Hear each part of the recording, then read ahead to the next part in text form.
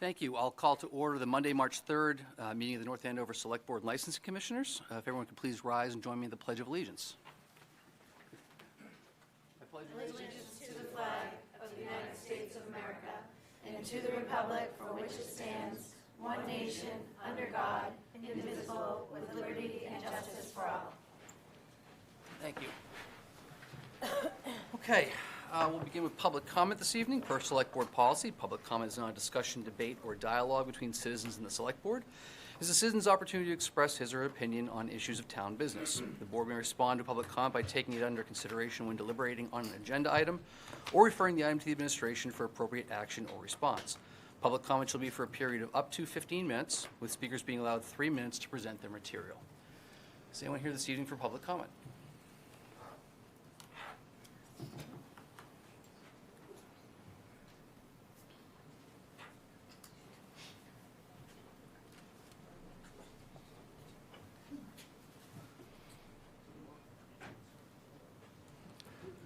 If you are, just your name and address. Hi, Jim Testa, 5 Appleton Street. Just for everybody, I'm a member of the zoning board, but here on a personal note. So I sent you a letter on behalf of the Booster Club about naming the Grogan's Hut after Bobby. And I served with Bobby on the Booster Club for 13 years together. He was still on it when I left. So going to keep it short. There are a few other people that want to speak to him to that point, and I just think it would be a great spot for him to be honored. Thank you. Thank you, Jim.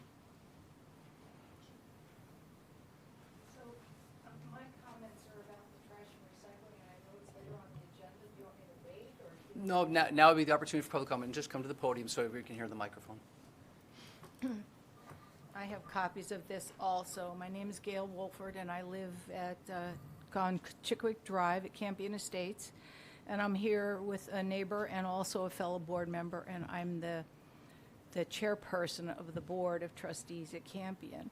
And we are a 25-unit condo complex. We have 14 townhouses and 11 apartment-style units. I've been in communication prior to with Mr. Stanford in the past and expressed Campion's interest in discussing this issue. And also, I'm reminded that we were one of the original complexes that Jim wrote about in his report to you, saying we were receiving services unbeknownst to everybody because we were only 25 units and we would haul our own buckets, like 5 buckets up to Chickwick Drive from our units, and then they were recycled away. And then when the toters changed and the contractor changed, we no longer had that service. And we were put in a position of needing to go to Holt Road or select other services. Mr. Stanton explained at the time that only 9 complexes with 9 or less units could actually receive services. And I said, well, just give us 9 toters and that would be fine. But that request was denied, and we're disappointed because that 9-unit approach does seem to divide the town residents that live into condominiums into those that get and those that don't. It seems divisive. And especially, you know, we don't want to be one of 2 classes, and everybody's paying the same tax rate, regardless if you're in a home or a condo, and there is no benefit to a discount if you don't receive the services. So we're hopeful that this approach to the decision-making could be modified by the town officials.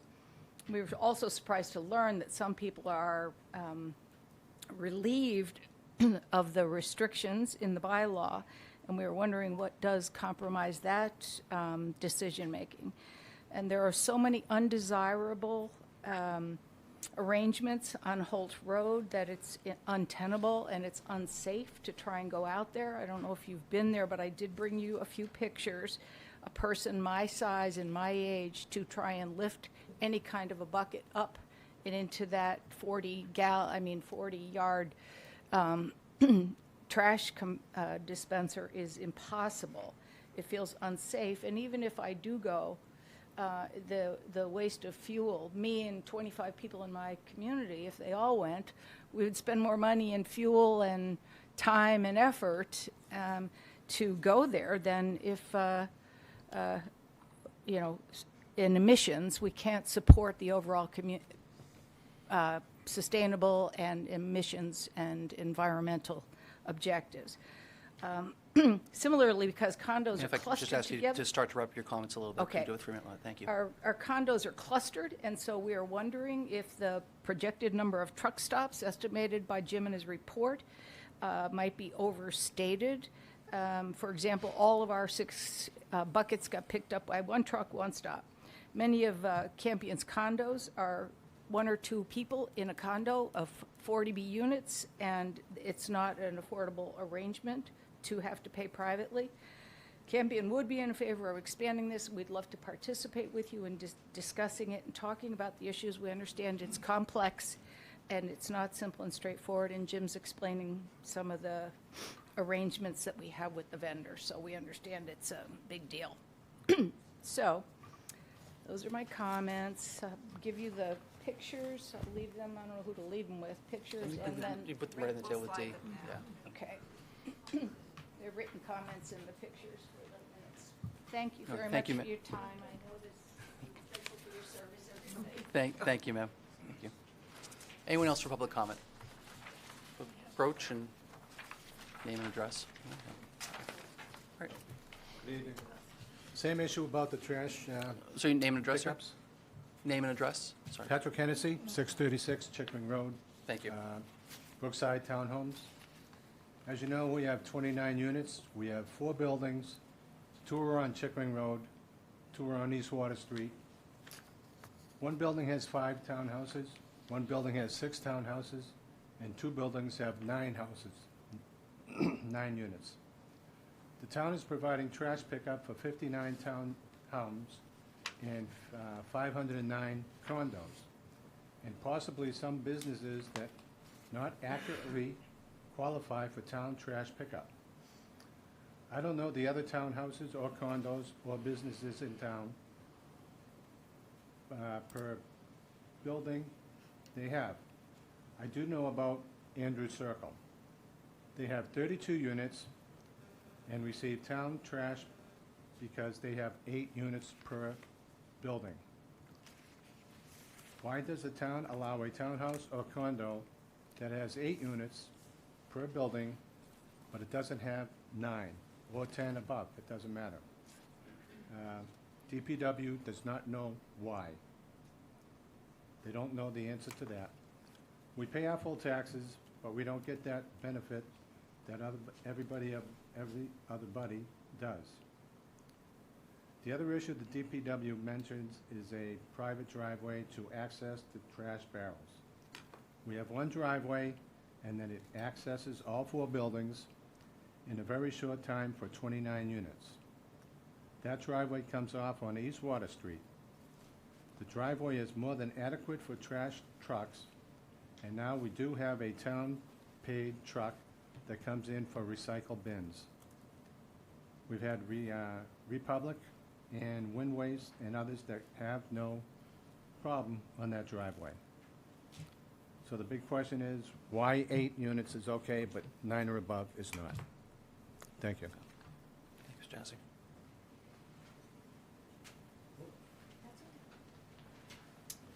Hi, my name is Jennifer Rogers. I live at 65 Thistle Road. I am also here to speak on behalf of Bob Albrecht and the naming of the Grogan's Hut. I have volunteered on many committees and boards in this town. Probably my most favorite is the Booster Club, and that's how I started to get to know Bob, which was he served on it for a long, long time, as well as refereeing my daughter's games, lining fields, cleaning fields, doing everything. And every time I would go to what we called the hut, Bob was always there. He was cleaning it, he was fixing it, he was restocking it, he took care of it. He did everything that we needed as a booster club. And when he got sick, and the first meeting he missed, which he never missed meetings, we started to talk about things we had to do. And with Bob not there, we all realized that, oh, that's something Bobby did. Oh my gosh, that's something Bobby did. And we all realized that we really were at a loss. And it wasn't really truly until I went to his wake and I walked in to his wake and I saw these poster boards that were made up, and there was pictures of 60 plus teams and thousands of kids that Bobby has coached and touched in this town. And I understand you may have gotten some other letters, but I promise you there is nobody more deserving of this honor than Bob Albrecht. And there is no reason and that we should not be naming it after him. And we'd love to name it the Bob Albrecht Equipment Hut on behalf of Bobby and his family who deserve it. Thank you very much. Thank you.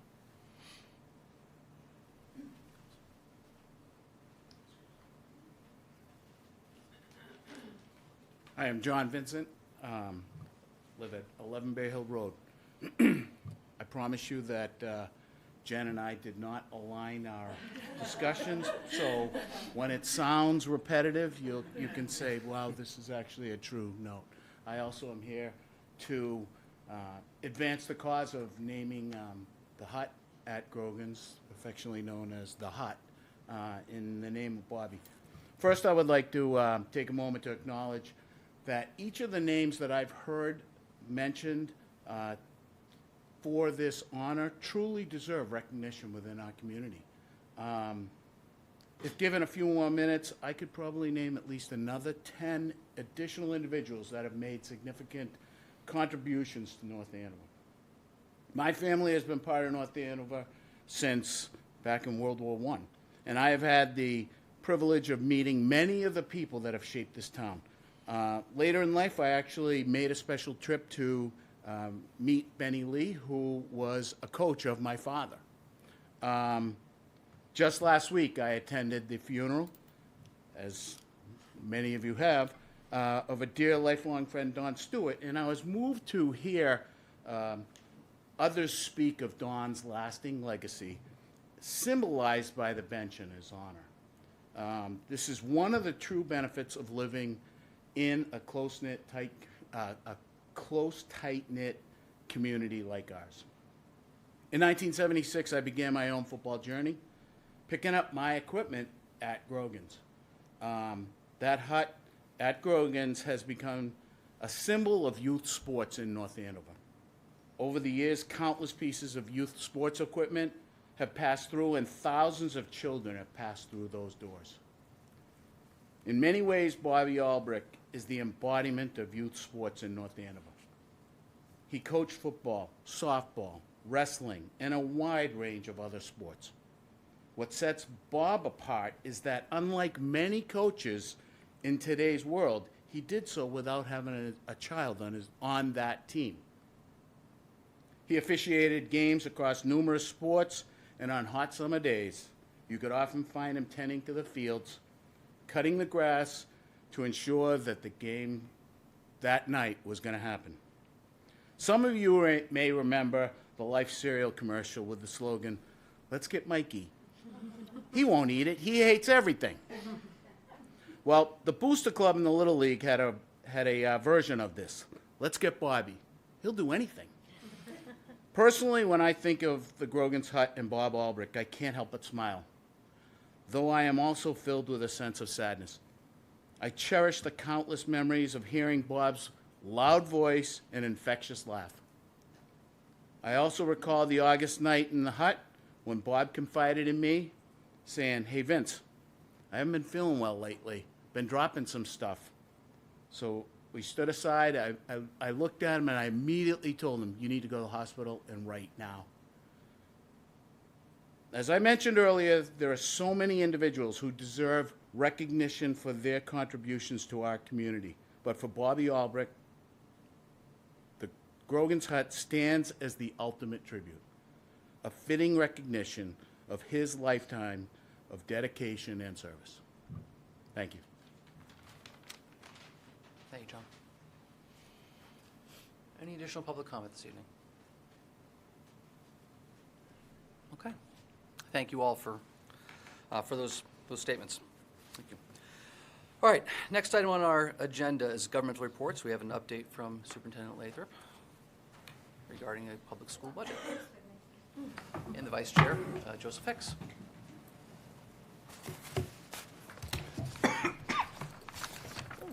slow. Feel like a little. I do feel a little.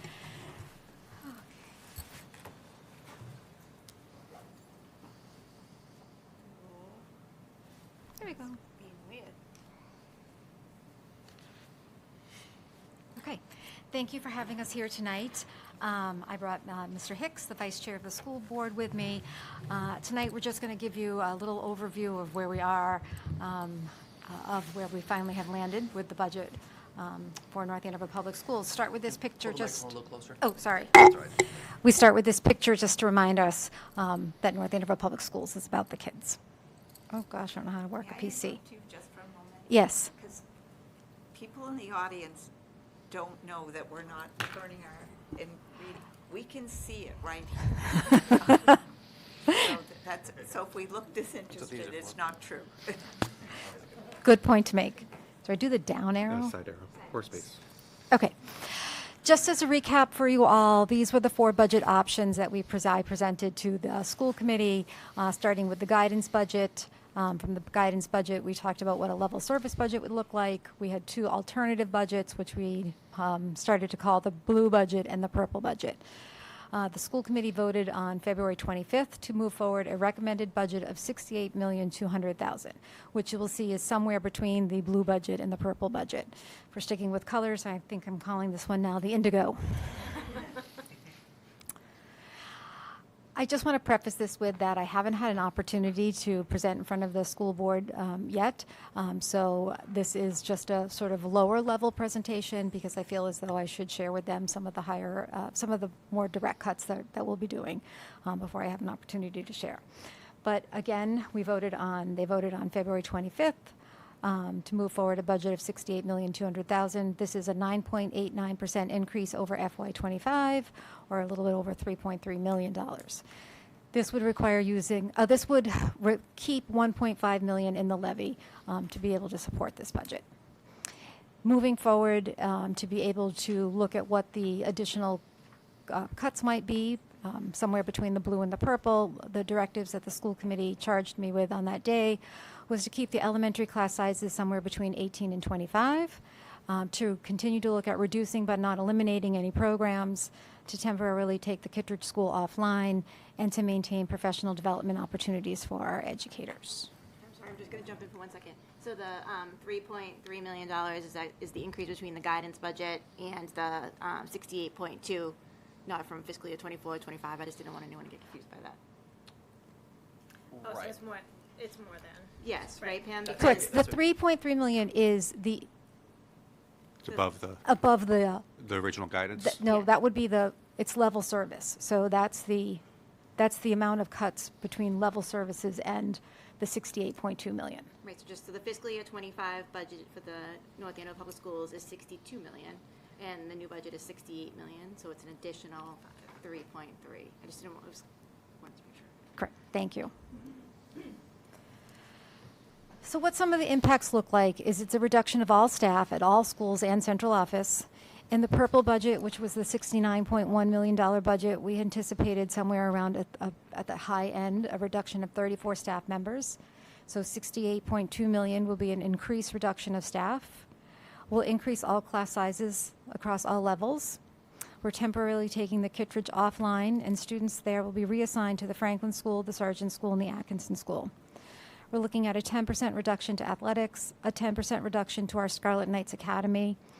We'll do a reduction in summer IT. That does not cut summer IT. I think originally in the blue budget, it was a complete elimination of the summer IT work, but it will reduce it to just being able to maintain a few staff members. And there'll be a reduction to our school and our curriculum budgets. But moving forward, I just want to share that despite these financial challenges, the welfare of our students is our top priority. The district is maintaining its curriculum work and educational initiatives, ensuring that our students continue to receive high-quality instructional materials and instructional support. And North Andover is committed to moving forward, navigating these financial challenges while keeping our students at the center of every decision. The work that we're doing now is we have a presentation I'll present to the Finance Committee this week, but then on Thursday, the school committee will hear more about FY26 budgets Kristen Ando, who's the Assistant Superintendent for Teaching and Learning, and I are meeting with all of our principals and all of our cost centers, reviewing the current cuts and what that will look like, starting to it becomes a little bit more challenging as you're drilling down and then looking at the collective bargaining agreements about what the potential some layoffs may be and then what the bumping rates may also look like. And also want to recognize that this is challenging work that we have moving forward, and perhaps the most challenging is the temporarily closing of the Kittredge School. It's a close-knit community, and we recognize that, but do believe that this can bring equity to our schools during this time. And sort of in closing, before I take any questions, I do want to take an opportunity to thank the town manager, to thank the select board, the finance committee for the work that you have done to collaborate with us for the past, I don't know, feels like 6 years, but in the time that I've been here, it's really like a year and a half. We know that we're coming up against a deficit again this year, and feel as though everybody has been extremely collaborative and supportive in the approach, as well as getting to where we are right now. So thank you. I would echo those sentiments, and I appreciate the collaboration. I think the tri-board meeting, kind of exemplified that in the way that we are all committed to working together to try and solve this problem. And we appreciate that both you and the school committee have no easy task in front of you to address these challenges. So, and appreciate the I would say at least unprecedented in my time level of transparency that we're seeing in this process. And we recognize that you've got a lot of hard work to go, and understand that you have to discuss things with the school committee first, and I wouldn't expect us to get into too much nitty-gritty there. It's not our expertise, so we'll leave that to the folks who are charged with that. But with that, I will open it up to any questions that anyone may have for Mr. Hicks or Ms. Lathrop. I'll just jump in on process real quick, just so there's no confusion. Our bylaws do require us later on in this meeting to basically adopt a budget and then transmit to FinCom. And because we're a little bit behind schedule, it's important that we do that today. It does not require you to make a recommendation on a budget today, and I'm sure that we'll have a lot of budget discussion over the next 2 months as we're getting ready for town meeting. And I suspect that we may have, once the plan is laid out for the school committee, more questions as we go forward. So I just don't want you to think this is your last chance to ask any questions about the budget. It's certainly not. This really is just the beginning of that process. Thank you. Oh, sure, I'll go. I'm not going to put you on the spot. You looked at your own line Oh, question. that's okay. No, I just want to echo what everybody has talked about, the transparency and the level of information that the school committee has, and you have, and the superintendent has provided to us through this process has been extremely helpful, and I think that's helped us all work together to get to where we are. So we really appreciate that. I guess my only question is, with that leaving of the 1.5 in the levy and looking towards next year's salaries, do we yet know if that's gonna, or is that like, once you guys decide where the cuts are, we're gonna know a little bit more about where we land as far as having enough capacity to cover next year's increases? Do you want to answer, or do you want me to? I'll start. So in the calculations we went through last week, we were cognizant of making sure that we could sustain ourselves for next year too, and that was the driving force behind the other 4 members and why they voted the way they did, making sure that there was space for us to grow. We know that next year's level services are projected to be around $4.1 million, and I think the town manager's projected increases for next year of 3.04 or 14 or something. Pam has my computer. Somewhere around there. So I believe in the letter that I submitted earlier today, we discussed the fact that this would leave approximately $1.5 million of capacity on the table, that back in our original forecasting exercise, it was approximately, I want to say 3.14. With that 1.5 million, it would take it to about $4.2 million. The superintendent is working right now with her lovely and amazing finance director to basically take the $68.2 million and push that forward, because we had done it for the level services budget and for the purple budget, but not yet for that $68 million number. But based on conversations that we have had, we feel that the budget is sustainable moving forward on this process with 68.2. So I applaud the school committee for making tough decisions about how to move forward, but I feel comfort in the fact that we have this cushion next year to help with the COLAs that we're facing. And I think that we all appreciate that too, that you guys kept that in mind moving forward. It required more cuts than one of us was more wanted to get to that spot, course. but Well, that more was. than any of us wanted, really. Right. Nobody wanted this. But the majority of the school committee wanted to make sure that whatever he did this year would be able to, by and large, be able to be sustained next year, and we wouldn't have to go through this exercise again, and be able to be in a good position to ask for some different things. Right. And then moving forward, and because you're going to have another contract negotiation, do we start to build in salary reserves in anticipation of those increases, or? Our last contract was actually a 4-year collective bargaining agreement with 2 of the unions. It's Last fiscal year is 27. Yeah, so through fiscal year 27, so during that year, we'll enter into those. We'll be negotiating with the teaching assistant unit and the secretarial unit. They're 1 year ahead of Yeah. the teachers unit. So yeah, though we will be more cognizant of those numbers and being The able to meet, reserve- yes. Well, planning, the salaries are, so you can mean- build up in anticipation of. Well, we don't have the luxury really of holding on to Not right money. now. What's challenging is we also know that our teachers are still being underpaid, and we did make a commitment to try and remedy that, and that's also the other thing we're pushing up against and wanting to make sure we can do right by them. So it's just it's all part of the picture. I think it's about planning. Yeah. I mean, we don't have the opportunity to have reserves at this point, but I think whatever the budget number is, you plan for that, and then you have to make allowances on a different end. Yep. I think that's the key point, right? It's, this year, last year, we've been in scramble mode, right? Pulling from every spot that we possibly could to try and make this work and keep us on level footing. And I think the way I see it is setting a foundation this year and next year so that we can now say, okay, now we're dealing with real facts. Let's springboard ourselves forward. What does this district look like for the next 3, 5, 7, 10 Right. years? And the thing that we haven't had the opportunity to do this year is really look at, are we spending our money in the ways that we want to be spending our money, and are there other efficiencies that we can look at? So that is a part of the big work moving forward. Yeah. We've been operating on the assumption that everything is the way we want it to be, and the administration hasn't had an opportunity to do some real program evaluation just yet. I think that's actually the thing I'm most sort of excited about, is that it's a really good opportunity to look at what we're doing and to make sure we're spending the money the way it should be spent and moving our kids forward. So thank you. We know that you will eventually have time to do that work, but you It have will be not a yet. community effort. I think we You- talked about that in terms Yeah. of creating a strategic plan, hearing from the community, gathering input. And community means everybody. It means teachers, families, students. So thank you. Thank you. The good news is, I've been doing this a long time, and at the very beginning, when I was on the finance committee and then became a selectman, we're going back a ways, it always works out okay. As if people stay calm and just do the best they can, the kids are no worse for the wear. It's the parents that usually are the most concerned, but it all works out. And we're not the only town.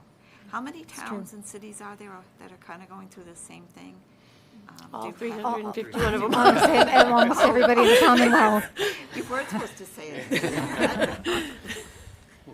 Well, No, there's other communities in the same boat. Yeah, It's good to have company and not be the only one. right. But we want the best for our kids, and we will do the best we can for our kids. But it's a tough year. It's just the way it is, so. Thank you. Dave, any comments, questions? You don't have to. Okay. All right. Well, again, we thank you both for the hard work and hard decision-making, and we know this is not the last we're going to have this discussion over the next 2 months as we head to town meeting, so, but thank you for this. Thank you. All right. Thank you. We'll give Melissa a second to reclaim her laptop.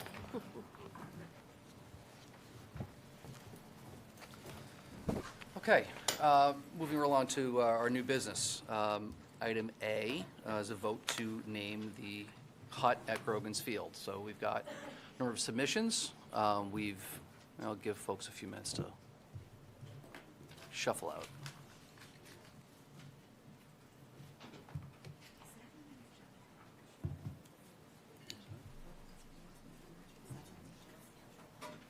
Yep, vote tonight, yep.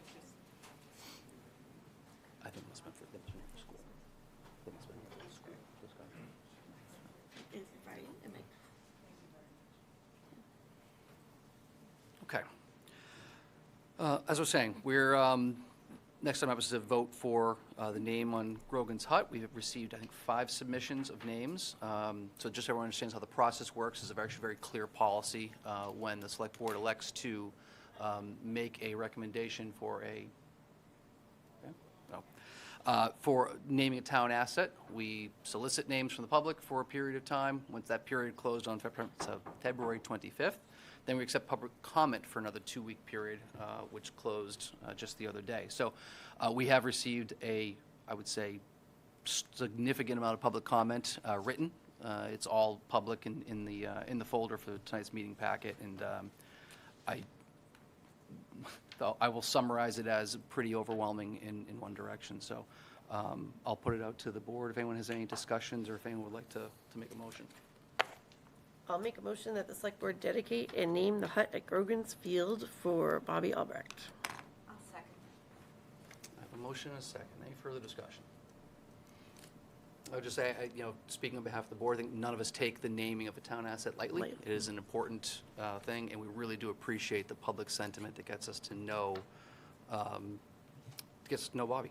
You guys did your job well. So. All right, I have a motion and a second. All those in favor? Aye. It is so moved. Okay.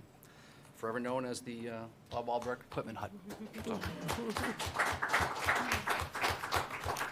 Then thank you all for your public participation. So, all right, next up, item B, Open Space and Recreation Plan update.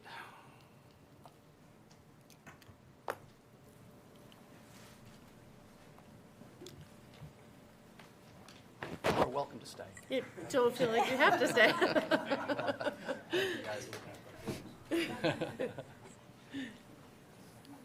Maybe do you need a computer? Oh, you can sign. Yeah, well, no, I don't mind at all. You're good.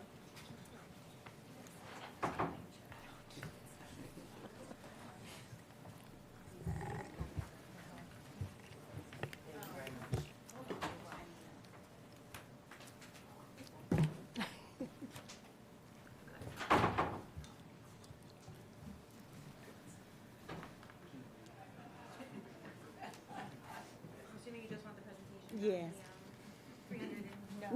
No, we don't need that. Thank you.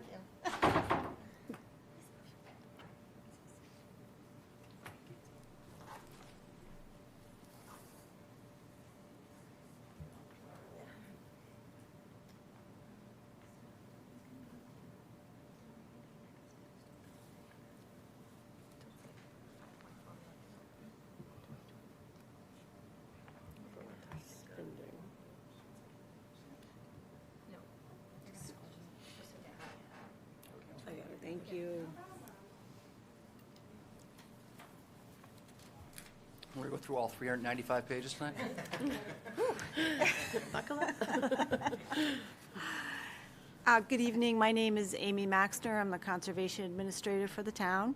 The Conservation Department has taken the lead along with help and in concert with other departments to update the North Andover Conservation, now the North Andover Open Space and Recreation Plan.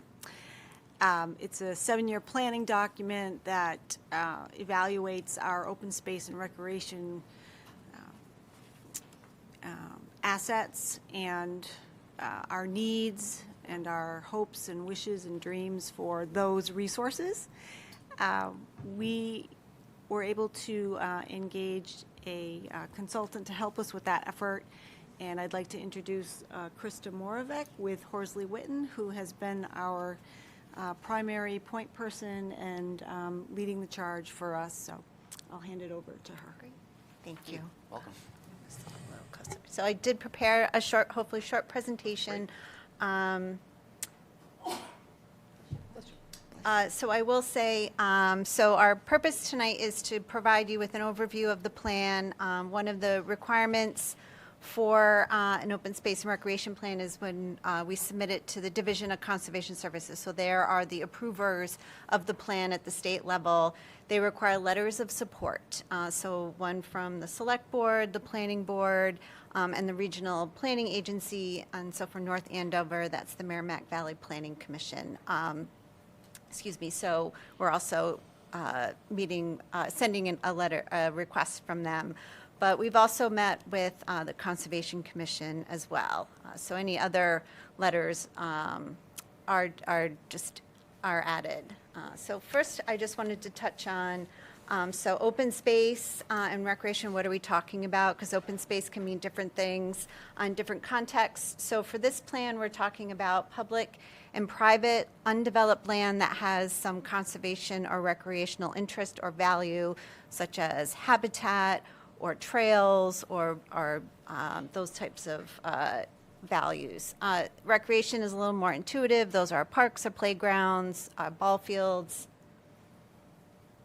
So why does the town have a plan? Well, really it helps us maintain the benefits of these resources. They provide environmental benefits, but also social benefits. They're places where we gather. They have economic benefits. As a planner, we like to plan, so this helps us understand where we are, where we want to go, and how we're going to get there. But it also helps us measure success. So as Amy mentioned, we also look at needs of the community. Are we meeting those needs? What are our challenges? And having an approved plan by DCS, it keeps the town eligible for funding through that program. So this is a 7-year plan, so every year you revisit and you update it, and that keeps you eligible for funds. So this is not a plan that, as they say, sits on a shelf. So it is, there has been some accomplishments that the town has done since then. Some of these are here listed. 2 acquisitions are listed here, the Glennywood lot and 400 Great Pond Road. The town adopted a farmland of local importance designation, some plans, the update of the Lake Cochiwick. Cochiwick. I practice every time on the way, all the way on my drive here. Cochiwick watershed plan that was updated in 2021. You're also planning for resilience, and so that the municipal vulnerability preparedness, the MVP workshop and plan was completed in 2021. You're going to start conducting a tree inventory and develop a management plan for your public trees. You have an athletic fields master plan that was done in 2023 and have made some improvements to your different athletic facilities. So our update process, so this is just an overview of that. So again, we look at what you've been doing. Today we interviewed different town staff and stakeholders. We had a public workshop in September of 2023. We did a survey following that in the fall. We start working on a draft, and we went out for another public meeting this past summer, asking, did we get it right? And now we're here asking for comments and letters of support from all of you. And with that, we will submit the draft to DCS. So I'm just going to do a quick overview of the plan. It has required elements, but really a community profile, who lives in North Andover, what is its infrastructure like water and sewer, it inventories a lot of environmental resources, your open space and recreational resources. The analysis of needs looks at community needs, your resource protection needs, and then the needs of the town to operate and manage all of its resources. We outline goals and objectives, and then there's the 7-year action plan. So when we look at an inventory, we're looking at town properties. In North Andover, you have some land, larger state parks, the Boxford State Forest and the Harold Parker State Forest. We look at private land, so our Chapter 60, those properties participating in the Chapter 61 program, conservation restrictions, private cemeteries, and then nonprofits also have land that we inventory. And this is just a visual snapshot from the plan. And just, I didn't put up the legend, that all the color, but you can kind of get a sense of the geographic distribution of resources. So as we wrote our analysis of needs, on the left, I touched on those items before. our workshops, our interviews, our surveys. On the right are the plans and studies that the town is already doing to plan for these important resources. So we wanted to take those into consideration, ensuring that they're cohesive, they're all moving towards the same goal. And I'm just going to highlight some of the needs that we heard. So open space needs, we realized that there needs to be more public awareness of these resources. A lot of folks didn't know where a lot of places were. Didn't realize how many open spaces that had public access in town. So building that awareness and continuing to build the trail network that connects them. Recreational needs, we heard that there's more need for programming and facilities for adults aged 30 to 65, so that not our older residents, not the younger residents, but our other adults that are our age. There's a high demand on athletic fields, so continuing to manage and upkeep those resources to meet that demand. Environmental justice was also a need in ensuring that resources are distributed throughout the community, making sure folks have access to them, and thinking and addressing accessibility for people with disabilities. So part of this update, we did an ADA self-evaluation. So we looked at all of the properties under the jurisdiction of the Conservation Commission and the Youth and Recreation Services. Identifying barriers and making a transition plan for those, and the need to incorporate universal design, so ensuring that in addition to ADA, all other abilities, people can have opportunities. And finally, our resource protection needs, actually not finally, our second topic. So water quality, the town's waterways are very important in ensuring that maintaining and enhancing water quality, so stormwater management and the use of green infrastructure. The agricultural lands are very important in town, and those historic landscapes, ensuring that those are protected. And the trees, public trees and forestry, so addressing that inventory need and protecting existing trees and increasing the overall canopy in town. And finally, the last category about the town's operation and management of its resources. So for conservation areas, the need for a larger town-wide management plan to address needs on conservation land, implementing the town's athletic master plan, on ensuring that for recreational needs, that if program is increasing, making sure that staff also accompanies that. There's a need for communication and engagement. Like I had talked about before, that what resources are available, but also ensuring the status of ongoing projects are communicated. Thank you. And then environmental stewardship. And finally, resilience to climate change and natural hazards, implementing the town's hazard mitigation plan and maintaining that MVP status to remain eligible for the funding through that program. So the 7-year action plan, I'm not going to go through all of it, but it is a lot of folks play a role in implementing it, and these are just a snapshot of all the departments and the commissions and the community and regional partners. The 7-year action plan in the document, for each action, we identify a time frame that we place for its completion to help prioritize, and we identify a potential funding source. We don't do estimates of project actions, but a potential funding source should it be needed. There are 4 goals, so I'm just going to walk through each of them, and I highlighted where the select board was identified as a support. I mean, obviously you're an important supporter of the entire plan, but you were specifically called out for particular actions. So our first goal is implementing this plan in conjunction with other town plan policies and regulations. And the first one I've highlighted here is just evaluating the need for an open space committee. And this is also identified in the town's master plan. Some communities use an open space committee as the overseer of this document to help move it forward, help coordinate all the efforts. So something in the action plan that the select board can help implement. but also securing funding. What do other towns do that like don't have an open space committee? Do they do like Fields Committee or some other?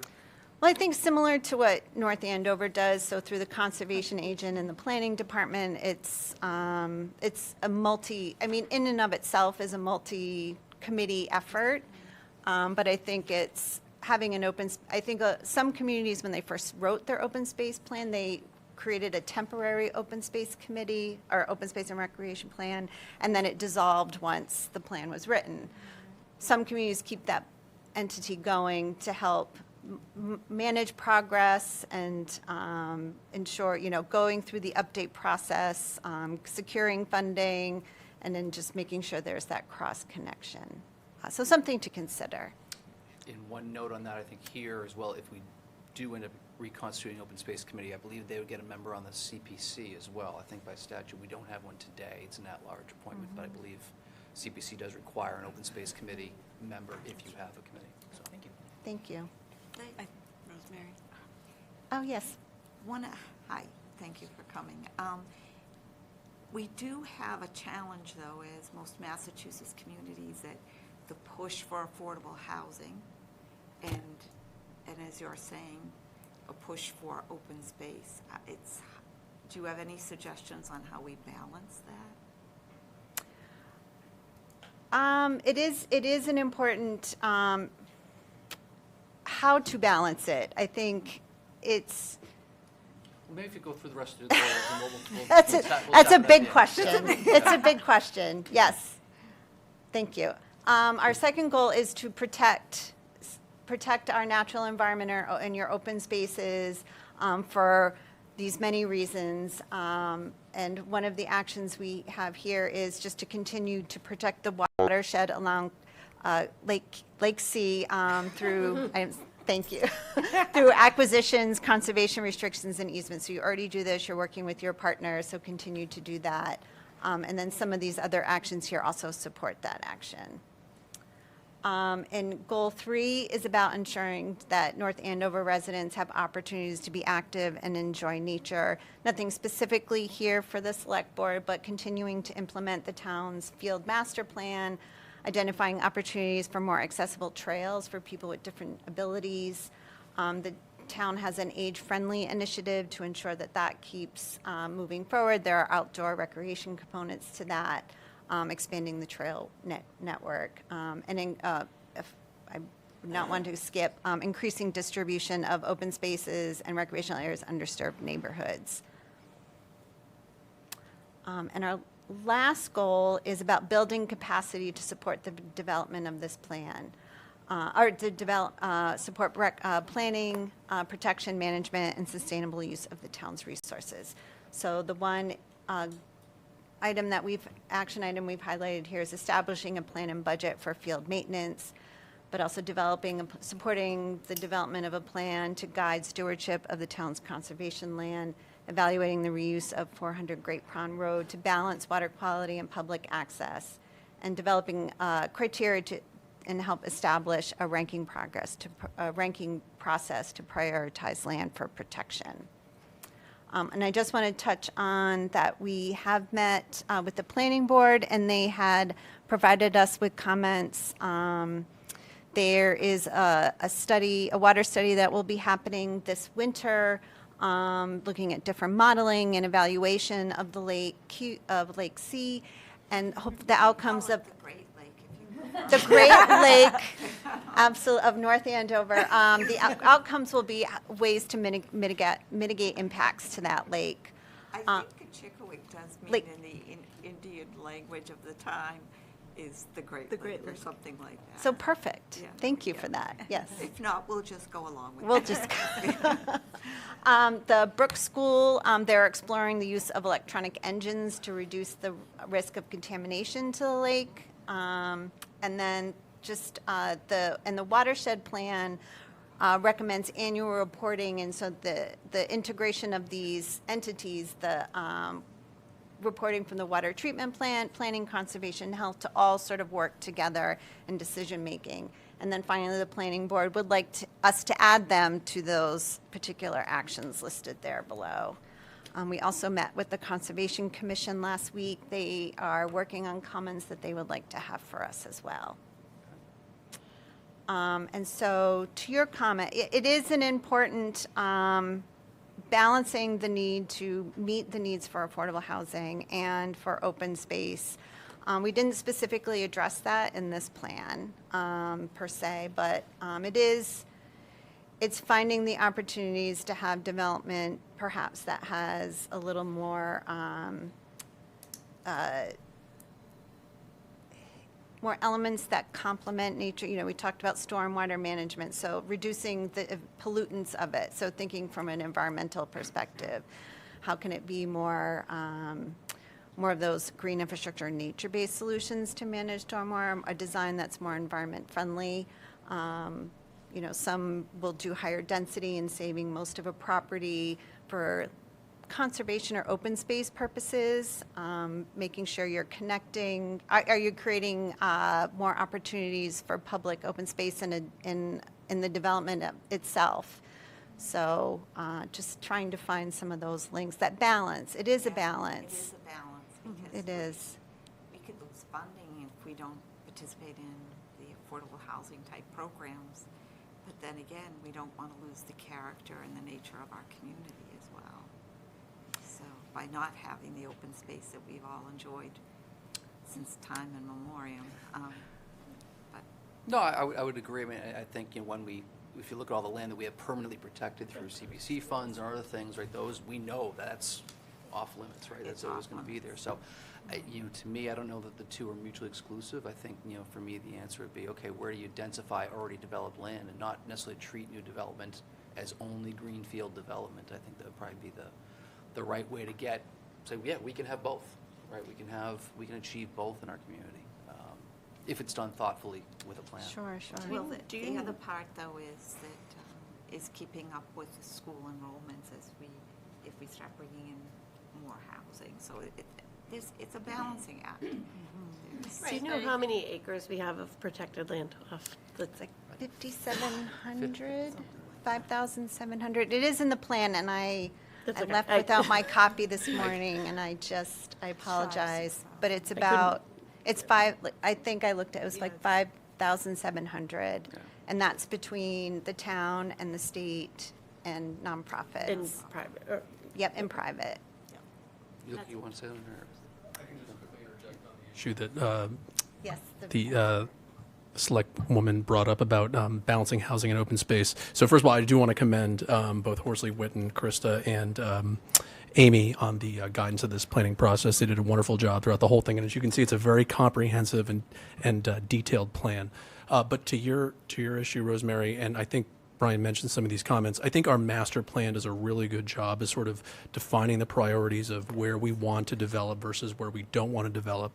And we've also gone through some other planning exercises, even in the recent past, where we look at like MBTA communities, for instance, and we have Osgood Landing and Market Basket, the parcel over there, designated as areas where, you know, we could see housing potentially be introduced.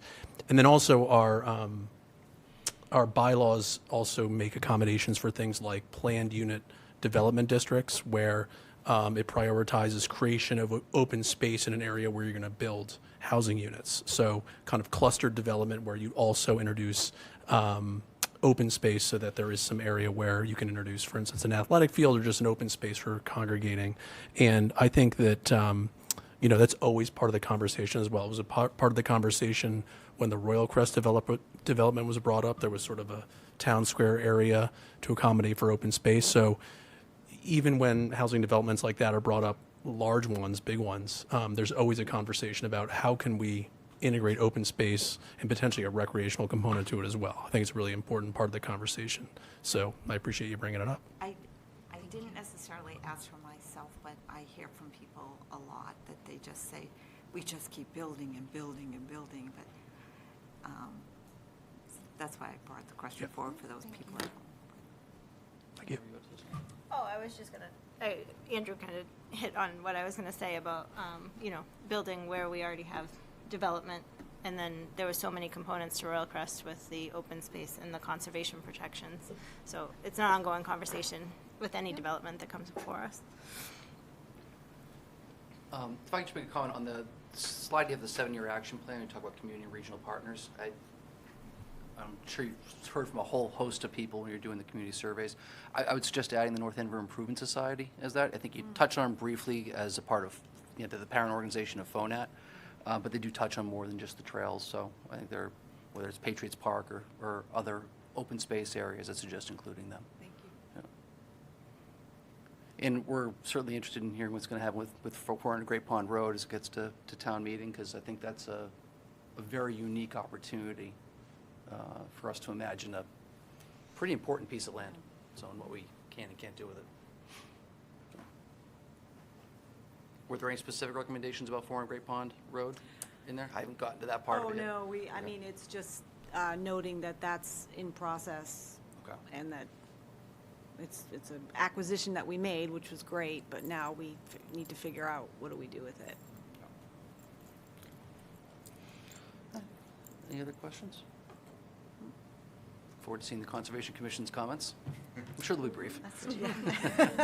I know, They like brief. All right, they have a lot of actions assigned to them as well, so. good, Yeah. good. They need a thorough review. Well, thank you very Should- much. Should this be presented to CPC? Just asking open questions. Okay, tell me I'm nuts and no. It's publicly available. Okay. Projects specifically? Yeah. Okay. But I do think as projects come forward, it's a very important tool to explain why those projects are important. Got it. Okay, great. Thank you. Thank you. Thank you. Ladies coordinating for tonight. I don't know that was your colors. All right, item C, we have a discussion regarding trash pickup at condominiums. Jim's here to enlighten us.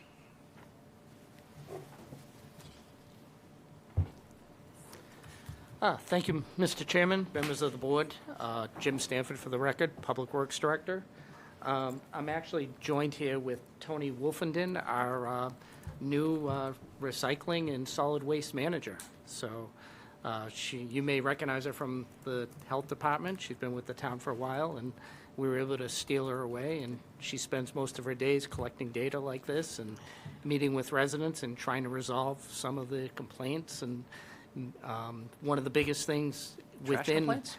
Yeah, we have a few. Recycling too, so it's not just trash. It's really about making sure that residents put the right, what's allowed, what's not allowed. There've been a number of regulation changes over the past few years, which, with the aim of reducing the amount of waste that we put out in the trash. Anything from mattresses now are no longer allowed within the waste stream. It's actually reduced our overall waste. But again, it's shifted the burden now to individual residents. With that said, so the reason we're here tonight, you may recall, is that last year there was a citizens petition. Gentleman spoke a little bit earlier about over on Brookside. So people could hear you at home with the microphone, because it's, it blended in with your sweater. I'm Sorry. I'm like, it's over there. So in any event, Brookside Townhomes actually brought forward a citizens petition last year in a discussion relative to adding solid waste and officially to their site, 29 individual townhomes.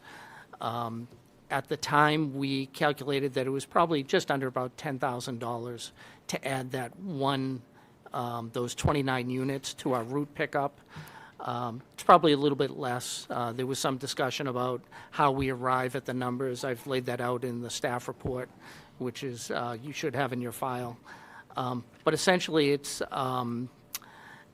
led to the discussion of, well, why do some condominiums have an exemption? How do we arrive at the bylaw we have? And it was mentioned that the existing bylaw, which actually predates recycling, it's been in town for quite a while. It talks about old terminology for sure, But one of the things that it did is it allowed the exemption for all residential units, not an exemption, but any condo, and it included townhomes, essentially, that had less than 9 units. The discussion is, I don't know that there are many people around who were here during that discussion, why the bylaw came into place. I will tell you, Tony's done a lot of research relative to condos can be anything from just an ordinary single-family homes or duplex throughout the town to multi-unit complexes, such as what we find at Village Green. A lot of these places you wouldn't even know that they're condos, other than the assessor's database does track exactly what, there are different codings for townhomes and for condos as well. It was, I think when you look at the 9, I cannot tell you why they arrived at 9. And I can't explain why there was an exemption for 2 specific developments. Andrews Circle, which does have units 8 or less. So I don't know if it was an interpretation that that was allowed. But Village Green was also a portion of Village Green. And it exempted the portion that was located on the public right-of-way that is maintained by the town. So there was some thought process, I think, to why they exempted. There's also exemption for businesses, some businesses. Main Street, it's actually, if you look at the regulation, it doesn't specifically say Main Street, but some of the discussion I've heard is that the town, when they enacted the bylaw, a lot of the smaller businesses downtown didn't have room for their own individual dumpsters. So there are about 50 businesses in town that were actually listed as an exemption. Not in the bylaw, it's just that the exemption list came in over time. The other aspect of this is that way back when, the town picked up their own trash. Before recycling, we had our own trucks, we had our own staff. It was a little bit different era. A lot of places had landfills, and the cost was a lot different. I can tell you from sitting on a planning board for 15 years, generally, when you look at developments that come in, you look at the impact of their cost on the community. And a lot of times, to either get higher density in a unit, you do horse trading. Oh, well, we're gonna plow our own streets. We're not gonna ask for services. But again, every development is different, and you have to look at it. And I agree with the gentleman earlier. Whenever you have exemptions, it's, when you're not consistent, it's not an easy policy to move forward with. But the bylaw is the bylaw. So you heard mentioned that Campion, at one time, they had recycling. They were probably receiving it for many years. When we switched over to the automated system and barrels were actually tagged to individual properties, we found out that, no, they weren't eligible for it. I can explain that a little bit more because there are plenty of places that probably weren't eligible over the years. Way back when, recycling had a lot of value. So the company that was picking up our recycling, the more recycling they brought in, the more value that they could earn. So, and they also had their own private developments. So I think it just got blurred along the way. And as we spend more time with the data and we look and we revise, we find these inaccuracies. And so that's really what's led us here today.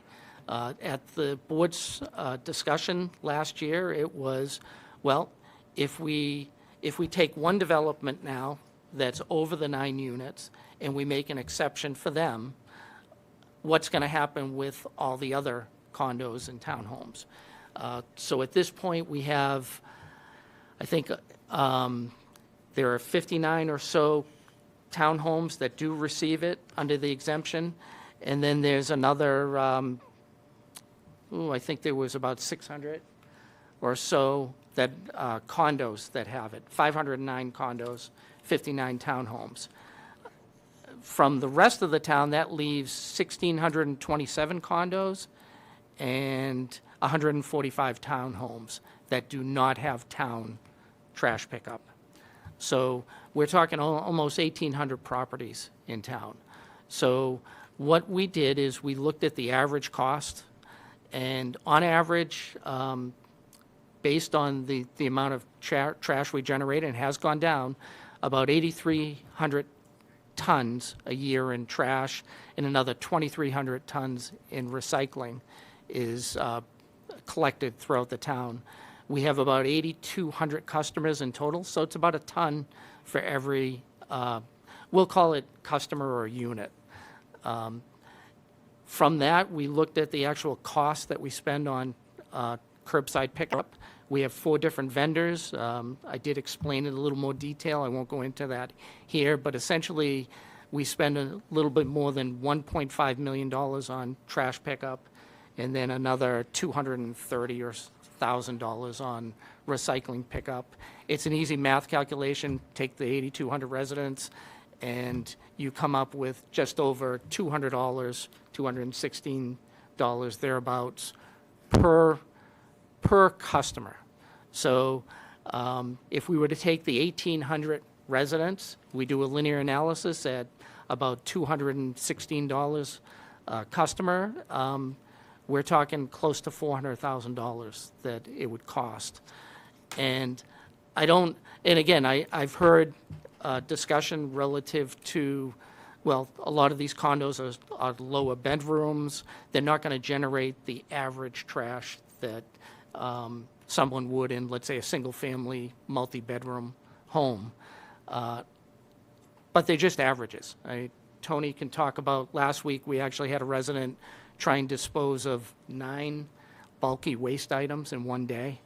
Our policy is, it's a lot different than a lot of other communities. Essentially, if you have under 9 bags, we'll take it. If you have 1 bulky item a week, we'll take it. That's a whole nother issue we'll have to talk about in the future, about reducing what each resident can actually put out. But bottom line is, we're talking about a large sum of money if you were to add the condos and the townhomes. On an individual basis, I would agree, there are some other challenges, but something like Campion, where the residents actually bring their recycling out, that's going to be a lot easier than, let's say, if we would go to Mill Pond, where you have narrow roads, you have multiple units you'd have to go through. And I guess the same could be said for Brookside, that it wouldn't be as challenging for some of those developments, but some of the larger developments, it would be extremely challenging getting vehicles in there. We would have to get over the issue of being on a private roadway or a private driveway. So those are the challenges. I don't want to focus on the challenges. I really want to talk about the cost itself. And so even if you were to say that, well, the average condo isn't going to put out 1 ton a year of trash and another 1/4 ton of recycling, the scale of it is still, we're in the hundreds of thousands of dollars just on a linear analysis. In reality, it doesn't take into all the costs that we would incur. If we were to go to our vendors and say, we have to add 1,800 units to your existing route, it would be in failure. We'd either have to get another truck, or we'd have to have a Saturday pickup. Compounding that is the fact that we only have 2 years left on an agreement that's been in place for a very long time. The town has benefited. We benefit in a few areas. First of all, we have host agreements with TBI where the recycling is picked up and also run the transfer station. We also have Wind Waste where we have a host agreement, and our actual cost per ton for them to take the trash is actually pretty good. It is going up to $94 and some change next year. And it does go up every year, but I think there are a lot of other communities that are envious of the fact that the rates that we pay for that. With that said, recycling industry is changing. So when we initially signed the contract back in 2017, we were paying, we were actually getting revenue for the recycling. Since that time, as you know, Republic has taken over from JRM. The cost has crept up to, I think at this point, we're actually $20 a ton. And we've actually been out of agreement for about a year. And so they've come back and we're waiting on a new proposal, but I've gotten proposals from another vendor. And the price of recycling, to process recycling, is about $125 a ton, more than actual to dispose of trash, but it does get some revenue. So the net would be about $65 a ton just for recycling. What's important here is that the cost is going up for trash and for recycling. You're going to see that over time.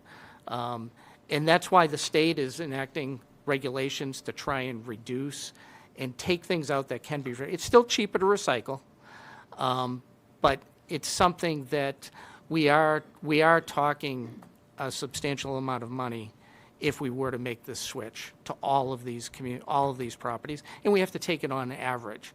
I mentioned that we'd have to either add another day to the route, or we'd have to have the contractor add another truck. That in itself is problematic. First of all, they're not going to do it at a linear analysis. They're not going to just say, oh, okay, well, you know, our flat fee to pick up and haul is $700,000. We'll just do it for a percentage more. The fact of the matter is that they would need to get new trucks. And we're talking trash right now. Let's just focus on the trash. One of the things that we have in town is we mandate rear loader vehicles. So the trash is dumped in the back with manual labor. Most communities are going away from that, and most of the vendors are as well. Leads to injuries. The equipment is more expensive. And so we've already been told by our vendor, whose contract is up in fiscal year 27, they can't get any more trucks. The companies just have all moved towards the automated. So to think that they would just add another truck with a linear cost analysis probably isn't accurate. But for the discussion's sake, it's just the scale. I mean, it is. It would be the minimum. So, and again, that's not making the challenges. There are all kinds of challenges out there. We can look at how we resolve those. But I just did want to point out that this is a really expensive proposition if we were to move forward with that. So I think with that, I don't know if you have any questions. I'd be certainly happy to answer how we arrived at this or.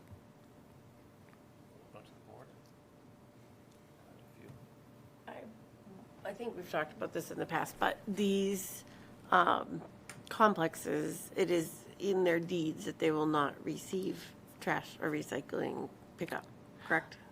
It was for Brookside. This is what they presented. That was before the planning board.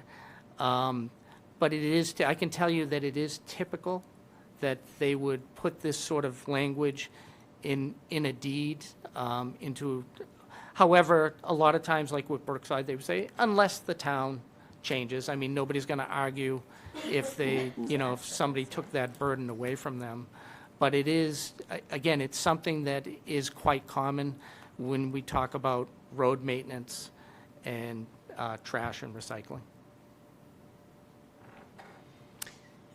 I don't know that this is a rabbit hole to go down right now, but is there the potential for like a fee-based, like they pay an additional fee or something?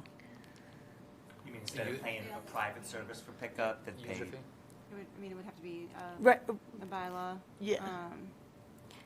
Or a user fee. I think a lot of communities, not just wrestling with this, but have gone to pay-as-you-throw. I think the town even considered that at one point that was for all residents, where For all, essentially you buy you'd the have bags. to do the That's not whole- something we would, we wouldn't recommend. No. And not something we're talking about. I honestly think that in the future, we really have to look at the bylaw as to reducing the amount that residents put out. We've had a lot of discussion with our vendors.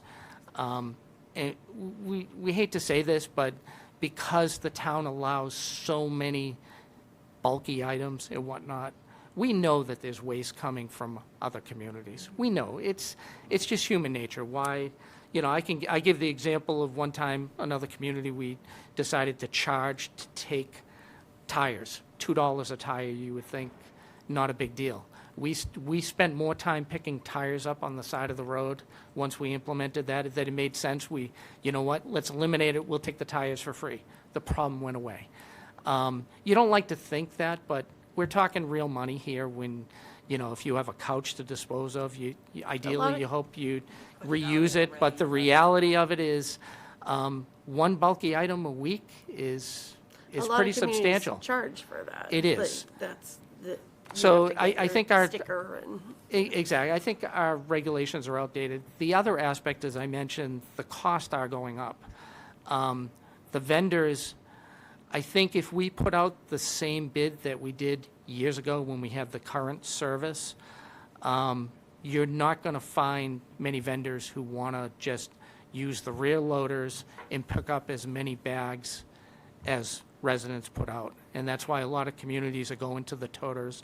I know we did that with the recycling. I think it was enlightening. I don't think it's worked out exactly the way the vendor thought. One thing to mention about the vendor, you have to remember, is that we get free pickup of recycling due to the Holt Road transfer station. You do get what you pay for sure. And then we pay for the hauling. They used to pick up the trash and everything else, and then we moved away from it. So we do get good value, although we do have some service complaints. We do get good value. The transfer station is one of them. We don't own the Holt Road station. If you look at the agreement, they provide drop-off service. And there's, Tony's been working with them. There's a lot of good and bad, but it's not our facility. So, I think the options in the future are, I'll probably be before you, or somebody will be before you, saying we need, in order to keep the cost down, we have to go to a different type of system. And change is hard. It really is. And we're not looking forward to that discussion. But, we're talking about, I think next year's budget is just over $2 million on solid waste. Now, that includes household hazardous waste days, SEER Recycle Center. So there are other costs, but it's a lot of money we spend on trash and recycling, for sure. Are we different than any other communities, though? I think we're fortunate in some regards because we do have the wind waste facilities. So I think it's, I do think that we do have some, I can tell you that our past contracts, communities just are envious of us. They'll contact us and ask us to be in a regional group. There's really no need to. However, that is going to be ending. So yes, the problem of trash and recycling is throughout, everywhere. It's It totally really changed. Recycling doesn't have the value it used to. it didn't. China, I can speak at length as to what happened with the commodity. It may come back. We hope it come back because, again, we spent so much effort over the years getting recycling in. Quite honestly, commingled, which makes it easier. Certain aspects of it, the glass doesn't have value anymore. And the other thing that I've learned throughout this whole process is that our vendor that actually takes the recycling knows how much contamination there is on an average load of North Andover puts in their waste stream, and their bids and their cost will account for that. So that's why Tony's working on getting the education out there to make sure you're not, pizza boxes with oil shouldn't go in recycling. but it's cardboard, so contamination, stuff it's- that really can't be recycled. it can't be recycled. Plastic bags, very bad for the recycling facilities. Now, we have heard that, there's technology is getting better, and that should reduce costs, but in the short term, I think over the next 5 to 10 years, I don't think it's looking very favorable. The other problem too is there's not, we can't ship trash out of state, and was it Rhode Island and Maine, they've stopped taking A lot of out-of-state communities don't, trash. a lot of other states don't want out-of-state. I think there are still some that do. Landfill permits are expensive, waste energy sites. Once you have a permit, the regulations, it's just like our water treatment. Every year, there seems to be a new regulation, and there's a rationale behind it, but what it means is it costs us more to treat the water that we give. And the same is true for anything. It's a heavily regulated industry. And really, it's, we all see the Amazon boxes. I don't want to pick on Amazon, but we see the delivery boxes, and there has to be a push to producers to reduce the amount of packaging. And that's really what we're seeing. With that said, over the last year, our amount of waste has gone down. The recycling is held pretty steady at around 2,300 tons. We'd like to see that go up, because it still does cost less, at least at this point. So, those are where we're putting our efforts in. So this is a long-winded discussion, I apologize, but it is, and again, you can argue with some of the challenges. Every development is different, and they're absolutely right. And yes, there's some inconsistency in the bylaw, but there is a cost if we were to go with this. I think the route, aside from the cost, trying to figure out rerouting to get all of these developments, I think would be, it's going to be a challenge. And again, I don't want that to be the focus, but there are things that we would have to do if we were to move forward with a proposal to change the bylaw in this manner. Jim, I had a couple of questions for you, if you don't mind. So your unit count includes commercial units, correct? The 8,200? Or is it just residential? Yeah, we have about, if you figure in the schools, the municipal complexes, it totals about 8,200. Okay. Now, I should have said right off the bat that, we don't have a one-for-one. I can't go to a list, and we find things all the time. One that I found last year was, it was a household resident. They had a business, and I don't want to say the type of business, but they never had a sign outside. So we were picking up the business trash. They put a sign out, all of a sudden our vendor says, we can't pick up commercial waste. You don't meet the bylaw. So there are Brookside, quite honestly, if you look at it, they're not entitled to recycling, but the vendor gave them a barrel. It didn't cost us anything. And again, you can throw the recycling at TBI. But we're looking every day, we're out there looking to see, if there are more. But yes, so 8,200 is probably there. It could go a couple either way. Yeah, okay. And I think you mentioned, even, if some of these units were recycling less, even if they're recycling half or throwing away half, it's still $200,000 at a minimum. Yes. That's what we're talking about here. I know it's in deeds, and I know the bylaws. I am still sympathetic to, we all pay one tax rate. I understand that. But commercial pays their own tax rate too. So I think the argument goes back and forth, and we went through a lot of this last year, so I definitely I'm torn on it, but recognize the financial challenges, and I think it's probably best, since we're going to have to be reevaluating everything around our solid waste and recycling program in general. It might be the better time to talk about it, at least be aware of it now as we're heading in. Mm-hmm. Right. Okay. All right. Any other questions for Mr. Stanford? I guess what's next steps as far as we move towards the new contracts and putting those changes into the bylaw, so we're sort of ahead of it. I think 5 to 10 years, there's really going to be a lot of changes to trash and recycling. So we have, and I tried to lay it out, essentially we have 4 primary vendors. We have a hauler for trash, we have a disposal site, wind waste, we have a hauler for recycling, and we have an off-site facility where we drop our recycling, all with varying contracts. The recycling company where we drop it off, we're not under contract right now. So we're negotiating with them. That's Republic. They actually are the same company that does the trash pickup.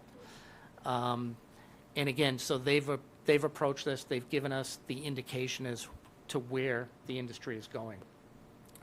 The Republic, so we're without a contract for the drop-off of recycles. We have another 2 years on the trash hauling, which really is the big one. I think the disposal site for the waste, wind waste in town, like I said, I think we're probably not going to get any better value than we've had with them, but their contract is out next year as well.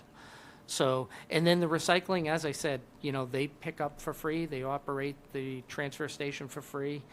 We just pay a nominal amount to haul it, in this case, to Peabody. So I think it's really, I think Lori could speak to it too, is that the state gives recommendations probably a year and a half before the contract ends, which the major one is the hauling. You really want to be negotiating. And I think so we're going to do everything we can to try and reduce the rate, these future impacts. And that may mean maybe adjusting, maybe, working some things in. And I'm sure the contractor is going to come back with a proposal that if we move to automated pickup, this is what your price will be. And they've already indicated the longer we wait on those type of changes, probably the more expensive it's going to be in the long run. So, but we don't have a lot of time. These things are, again, 8 years ago, I was just smiling because these things are long-term contracts, and here we are, they're expiring. I mean, even if we tried to change it right now, they would be under no obligation to change our contract. And I think they would love if we came back to them to renegotiate. I think they would absolutely love it. And I think a lot of it, too, is it does make sense. From, we have 50 employees in Public Works. Anytime we can have a piece of equipment do something as opposed to manual labor, it's a better option. And so, and the whole industry has recognized that. And they can speak at length. They're national companies. They can talk about how they've reduced their injuries to employees. So it's actually a good thing. But again, there'll be challenges, as we found with switching to the automated recycling. Some of it's education, some of it is just, the street layouts, but they're a challenge. I mean, there's challenges in everything we do. And our job is to make sure we can meet those challenges. But we did a great job of naming the new piece of equipment. That was wonderful, the snowplow, that's correct, at the state. Was cute. Yeah, that was very nice. Does composting come into the conversation about reducing tonnage? Composting, anything that takes waste out of the waste stream that we pay is a good thing. However, there's a cost associated with that. Now, one of the things that you've seen before is that we get a grant from the state, plus we supplement within our own budget to do composting at the schools, spearheaded by the Sustainability Committee, and it really takes waste out. And I think, Tony, one of the things she's looking at is, for the future, maybe expanding that to residents. We sell compost bin. I mean, so anything, yes, that's a good thing. We have some challenges there, too. We have the Sear Recycle Center. That has a limited capacity as to where we can bring and how much longer. That's a long-term. We're actually looking at how many years and what we would have to do to extend that life. So, but yes, anything that takes waste out, like composting, it's a great, great thing, and we should be encouraging it. Okay. Thank you. Any other questions for Jim? Fascinating topic. Appreciate your time Great, on this. thank you. Okay, next item. Things get more simple. Vote to adopt the fiscal 26 budget and transmit to Finance Committee. So I transmitted a document to you earlier today, and I apologize that it was delayed. We received the budget from the school committee on Friday. As you know, the school committee voted 4-1 to recommend a budget totaling $68.2 million that falls within the blue and purple budgets, basically.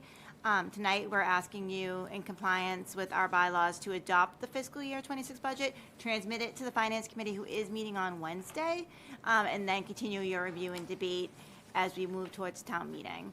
As I mentioned before, the $68.2 million budget is 9.89% over the fiscal year 25 appropriation of $62 million. This includes the Medicaid funding, the middle school teachers reserve, the guidance budget increase, and an additional $3.5 million of levy capacity. The $68.2 million budget is $974,000 less than the purple budget and $595,000 more than the blue budget. It's $3.4 million more than the guidance budget. So that's the point I was making earlier, that it's not a $3.5 million increase. It's actually a $6 million plus increase. It's just $3 million more than guidance. The total budget, based on this request, would be increasing by 6.74% from fiscal year 25. The proposal brought forward leaves levy capacity of $1.5 million for fiscal year 27, which I anticipate will fund a portion of the school department's negotiated cost of living increases in fiscal year 27. And as a reminder, during the financial forecasting episode that we did earlier this year, we had forecasted that the budget would increase in fiscal year 27 by 3.14%. I was close. I think I said 3.0, but a reminder, this is a forecast, and it will adjust based on financial conditions. It assumes $1.3 million in new growth in fiscal year 27.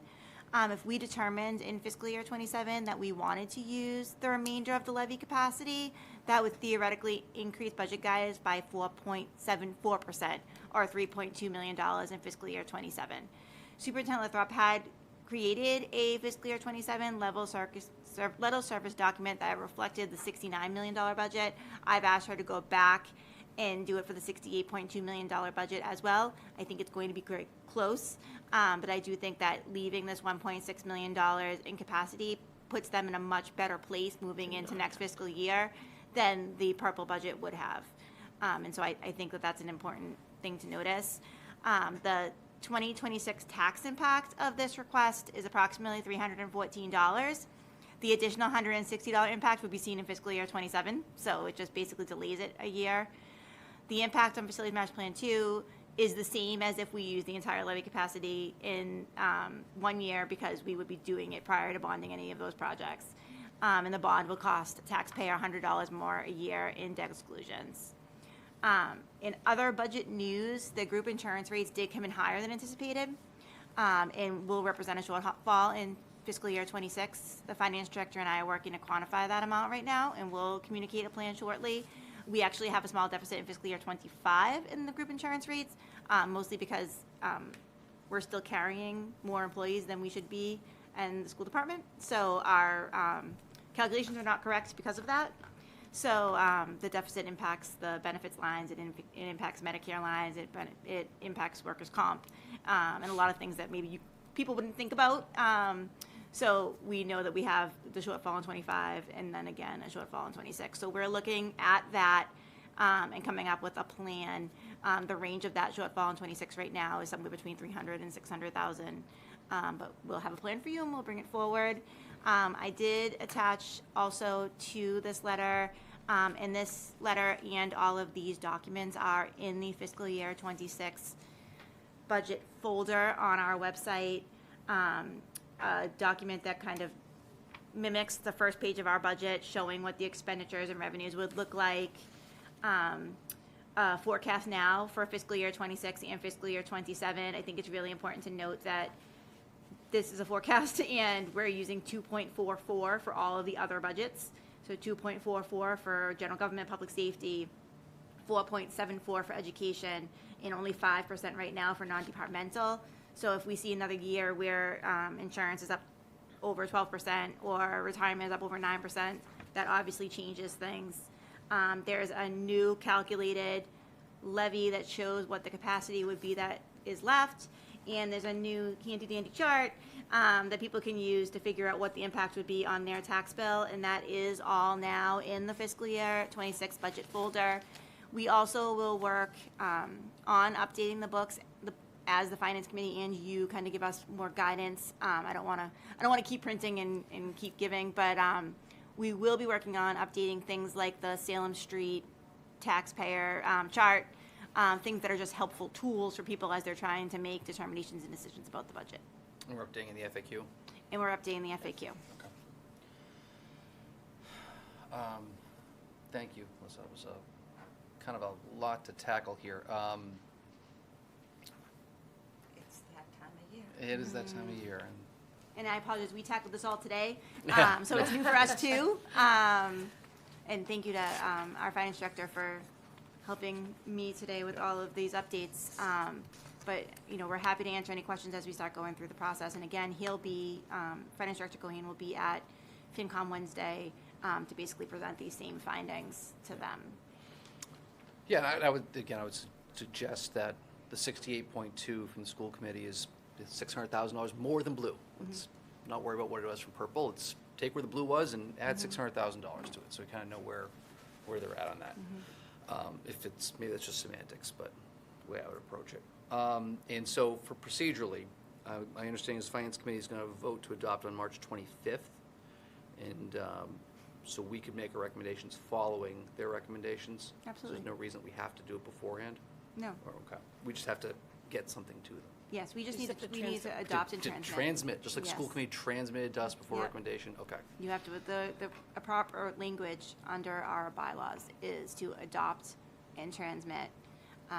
Interestingly, we transmit twice, which is fine, but we're adopting and transmitting. Press the button. We like transmitting, and that kind of kicks off our process. So like I said, we're a little behind, which is why it's important that we do it. Okay.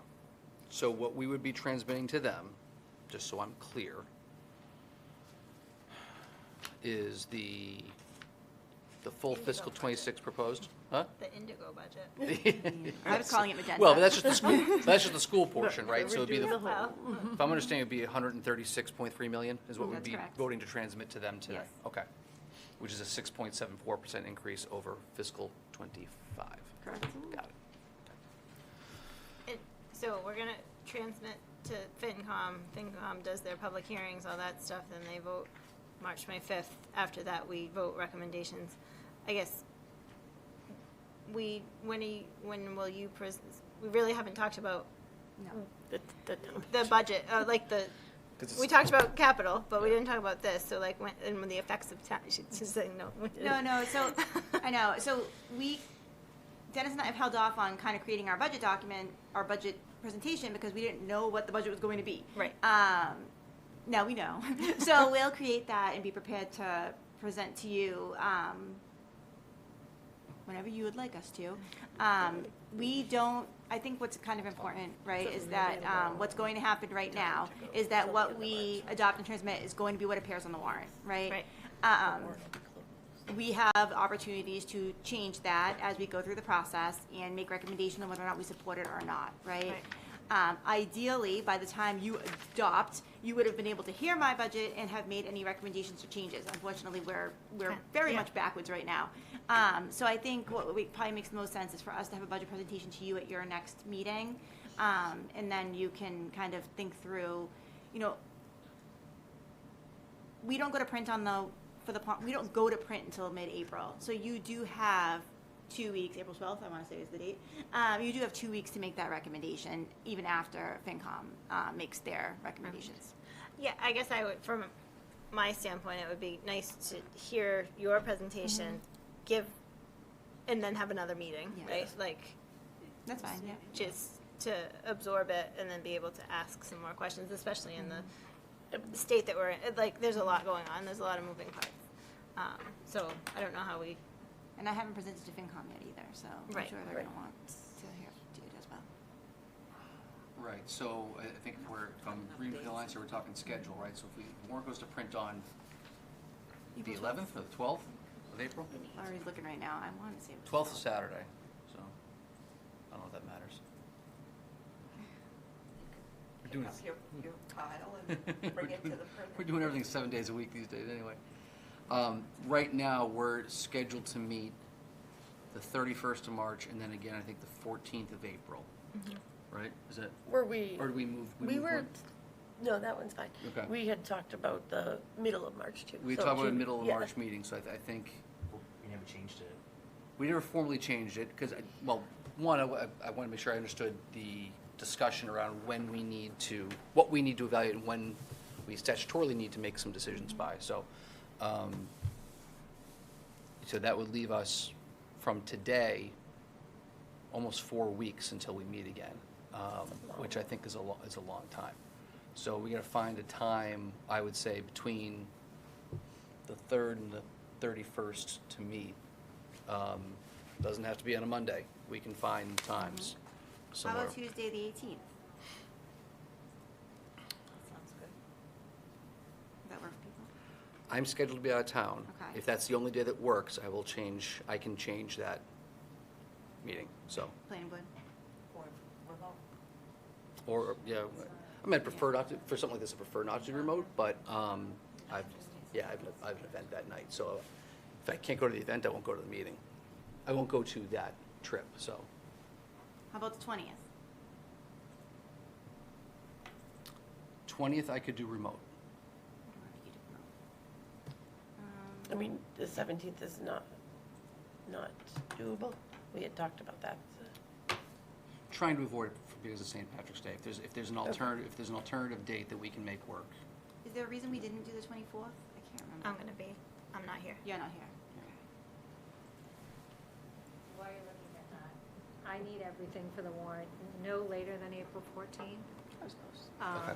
But we have to have it ready for distribution on the 21st. I don't So wanna we won't have hamstring this. printed booklets by then, but we'll be able to have it online. How about Thursday, the 13th? Thursday, the 13th. I just want to make sure I have enough time to Yep. take what together. I just got, right, and then turn it into, Thursday, the 13th, I can do.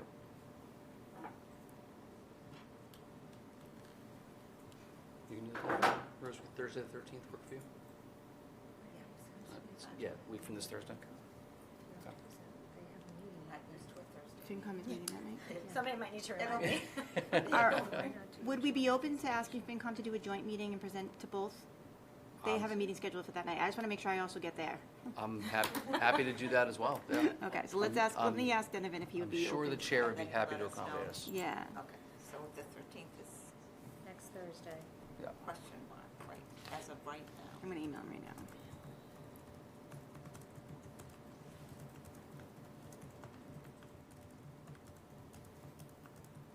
Colton has a doctor's appointment at 4:20, so if we could just do it at like not at 5. But not at. I would do it at 5 o'clock Yeah, anyway, I that's think fine. like we'd have to go to 7 if we're.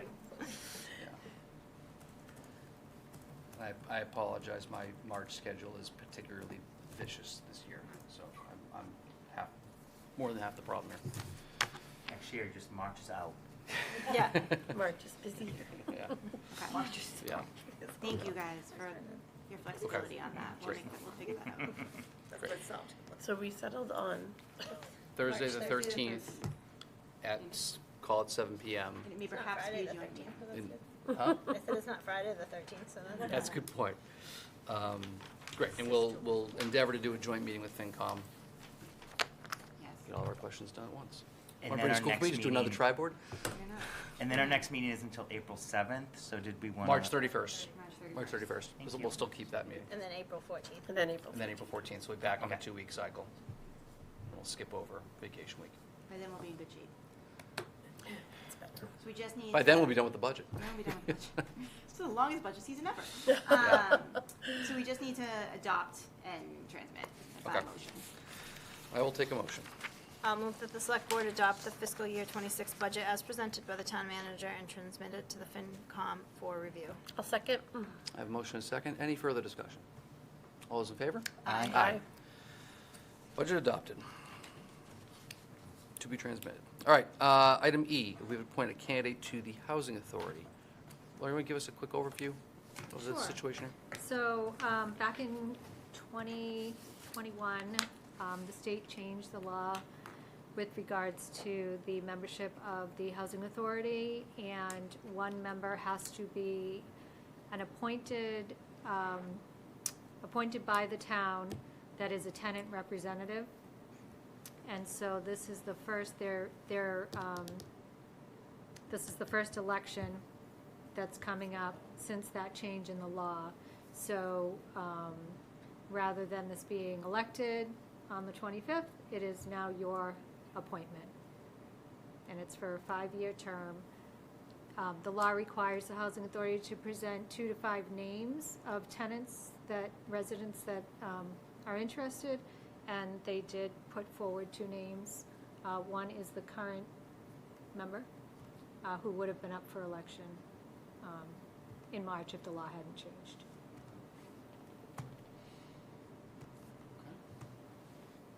Any questions for Laurie? Are there any tenants that serve on the board now? Yeah, the current, yes. He wants to continue to serve, Yeah, he wants to continue to essentially. serve.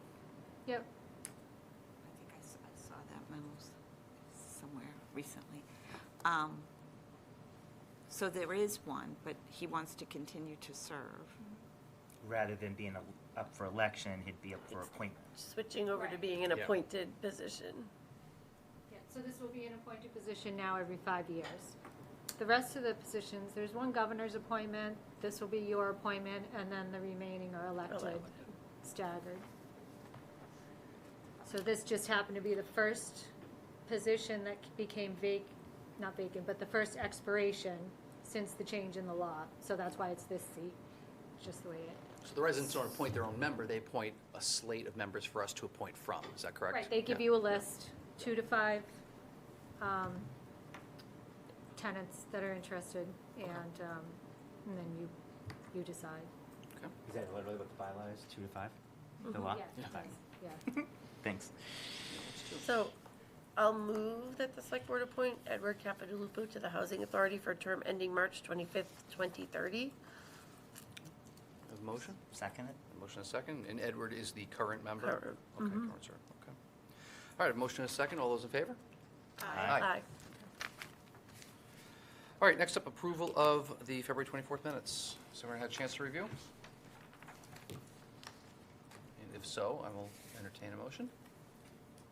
Move that the select board approve the open session minutes of February 24th, 2025 as presented. I have a motion. I'll second. I have a second. And thanks to Nicole. These are very well organized. Slightly different format, I think, this time. I noticed that. Yeah, Very good. maybe it's a different font. I don't know, but Doing a great job. doing a great job with it. Yeah, so, it's the yeah. memo that she sent out today, listing when all our meetings are. Yeah, and it was similar to what we've had in the past. And then you continue to run them until that event has passed, and then that comes off. Yeah, no, I started to call her, but it was too late, just to say thank you. I thought she did a great job. All right, I have a motion and a second. Any further discussion? All those in favor? Aye. Aye. All right, select board updates. What do you got? I will just say that we'll be putting a survey out for the Kittredge School Building Committee to the community to review the options for the new construction so that we can get feedback from hopefully a wider range. Our community in-person meeting was attended, but we're hoping that this way we'll be able to reach more people and get more feedback. And the architect has done a wonderful job giving us 3 options with a clean site,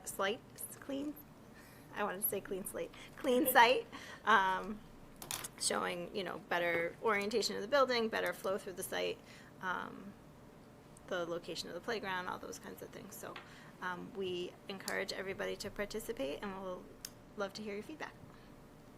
That will be going live tomorrow after our meeting. Sarah will send it out in the newsletter as well. 2 quick things. This is the time of year where the farmers market is always starting to look for helpers. So if anybody out there wants to help us in the upcoming season, we're already well underway, and we would love to have you. Also, I had the joy of attending the recognition of the 7th grade class at the middle school that won the Name a Plow contest with the DOT, and so be on the look. Hopefully we won't have any more storms, but if we do, look for Blizzard Buster. It's a plow that is housed at the Lawrence Depot, and so we will see it out and about on our streets, and it now has a plaque on the side of the plow, and so that was really fun, and the kids were really excited, and they got to go in the plow, and it was, they got to beep the horn, and it was really fun. And also want to thank, yeah, it was great. And want to thank the committee, the Black History Month committee at the church for their great programming throughout the month. I was unable to attend yesterday, but I know that it was a huge success, and we just appreciate their continued efforts throughout the whole town. So, You stole mine. I was Sorry. able to attend yesterday. Sorry. It was, no, it's okay. It was, yeah, the North Andover African American History Committee. They do have one event left in March. I think it's March 16th at the Historical Society. But yeah, I want to thank that committee for their work. They were very appreciative of the town's support from the town manager's office. It was really a terrific event in probably one of the most So I missed iconic it. buildings in town. It was a great afternoon, so I'm very glad I went. Any other updates, Rosemary or Dave? Okay. Touching on that, because Janice said, because Janice mentioned her committee, I'll mention the Historical Society. It's got participated, along with North Parish Church in Black History Month, but lots of wonderful programming for Women's History Month in March. Yep. I won't go into all the wonderful programming that they have. Check out their website and some great programming for them. that's great. Thanks, Dave. Town manager's report? I've got just two things, good news and bad news. I'm going to start with the bad news. We are deficit spending for snow and ice as of February 26th. I believe right now we're at around $600,000. Last year we ended the year around $1 million. If that gives you an idea. Yeah. So we got 4,000 to go. We have 4,000 to go. I don't think it's going to snow again in March or April. done. I'm just going to say it. We're But It's over. here we are. So just so you know. And then the good news is that Dawn, our wonderful town clerk, qualified for the Massachusetts Town Clerk Association's prestigious CMMC Award, which is a Certified Massachusetts Municipal Clerk designation. She'll be receiving that in June. And it's only 120 town clerks out of the 301 who hold this designation. So we all know that Dawn is wonderful, but they've all recognized it too. So we're very thankful to have her. Well, she has done a great job. She's great. Congratulations. Excellent. Excellent. Okay, our next meeting date is March 13th, potentially with Finance Committee, March 31st following that. And with that, I will take a motion. Motion to adjourn? Second. I have a motion and a second. All those in favor? Aye. We are adjourned. Thank you.